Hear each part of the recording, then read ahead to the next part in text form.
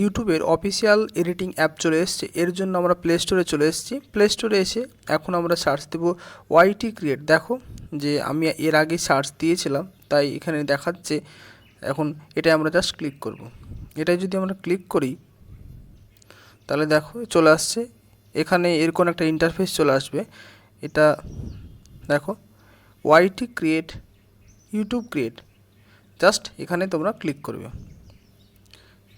Click করলে এরকম একটা ইন্টারফেস চলে আসবে। দেখো আমার অলরেডি ইনস্টল করা আছে, সেই জন্য এরকম ইন্টারফেস দেখাচ্ছে।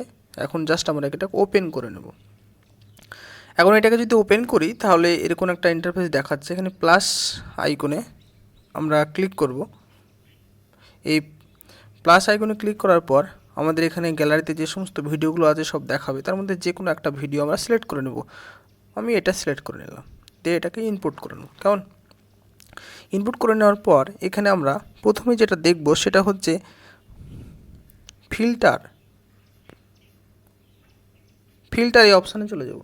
ফিল্টারে গিয়ে আমরা বিভিন্ন ধরনের এখানে ফিল্টার লাগাতে পারি।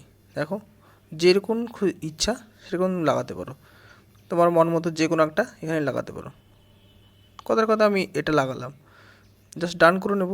তারপরে এখানে যেটা আসছে অ্যাডজাস্ট, এই অ্যাডজাস্টে এসে তুমি তার ব্রাইটনেস বাড়াতে পারবে, কমাতে পারবে, প্লাস কন্ট্রাস্ট, হাইলাইটস, যে কোনো কিছু তোমার এগুলো চেঞ্জ করে দেখিয়ে জাস্ট তোমাকে বুঝতে হবে যে কোনটাতে ভালো লাগছে, সেইভাবে রাখবে তুমি ভিডিওতে।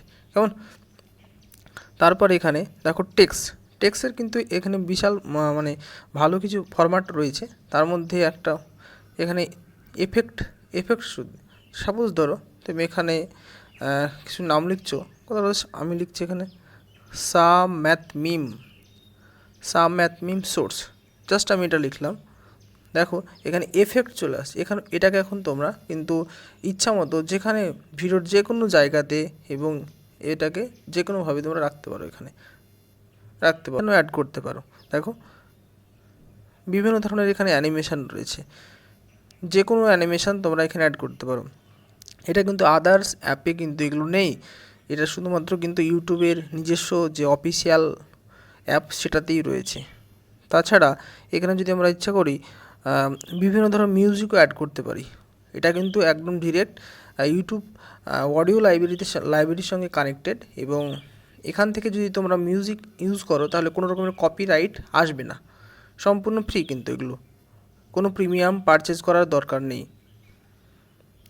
এভাবে তোমার ভিডিওর সঙ্গে সুইটেবল, তোমার যদি ব্লগ চ্যানেল হয় তাহলে সেরকম তুমি ব্যাকগ্রাউন্ড মিউজিক সিলেক্ট করবে, তোমার যদি অন্য ধরনের চ্যানেল হয় সেরকম সিলেক্ট করবে। এভাবে তোমার ইচ্ছা মতো সিলেক্ট করে নিতে পারো এভাবে। তারপরে এখানে তোমরা যদি চাও ক্যাপশান দেওয়ার জন্য জাস্ট এখানে গেট স্টার্টেড, তোমার সোর্স মানে তোমার ভিডিওর ল্যাঙ্গুয়েজ কী হবে সেটা সিলেক্ট যদি ক্লিক করো তাহলে কিন্তু তুমি পেয়ে যাবে। এভাবে করার পর তুমি জাস্ট এখানে ক্লিক করবে। ক্লিক করার পর জাস্ট এক্সপোর্টে ক্লিক করবে। ক্লিক করার পর জাস্ট এখানে দেখবে যে এই রেশিওটা সিলেক্ট করে মানে রেজুলেশন সিলেক্ট করবে, যে এক্সপোর্ট ক্লিক করলেই কিন্তু তোমার ভিডিও এক্সপোর্ট হয়ে যাবে।